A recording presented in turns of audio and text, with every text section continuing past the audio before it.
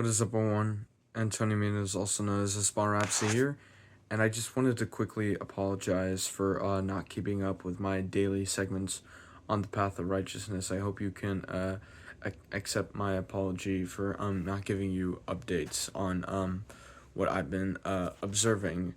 But with this silence with us, I've learned a little bit about communication and silence. They're actually, yes, they can be very opposite forces, but neither of them are ever really in the wrong.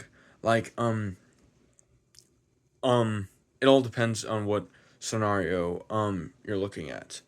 Like, if you're at home by yourself, if you're homeschooled, like me, and I won't lie, I've been a lazy bum for a couple of years, and I'm not proud of it, and I'm not proud of the lack of accomplishment. I'm glad I found a couple jobs. I'm working Home Depot currently. I'm making better than minimum wage.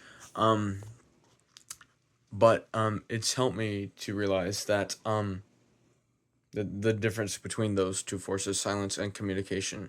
If you're working alone by yourself, believe it or not, it's actually not healthy to not talk to yourself frequently. You might sound like a crazy person when you're caught talking to yourself. Don't take that out of context or anything. You might seem like people might be confused to why you're talking to yourself in certain scenarios, but it actually helps if you're completely alone, because even if there's no one there to help you, and trust me, there'll always be someone there. From what I understand, God will always be there for you. But mortally, in this context, even if there's no one there, it helps to talk to yourself more, so you understand that you're activating yourself and that you are in control of how the plan goes in your day. And believe it or not, in my opinion, from what I've observed, if we're talking more socially, like you're in some kind of theater or social club, or maybe like some kind of secret art class. I'm not too sure.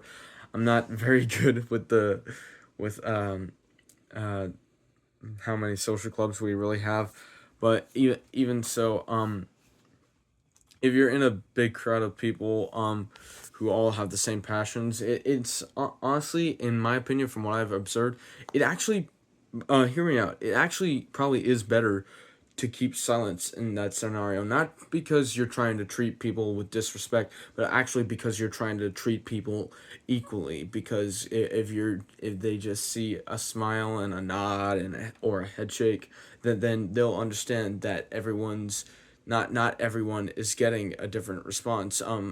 Not everyone, or almost, or pretty much no one is getting a different response, and there's a balance of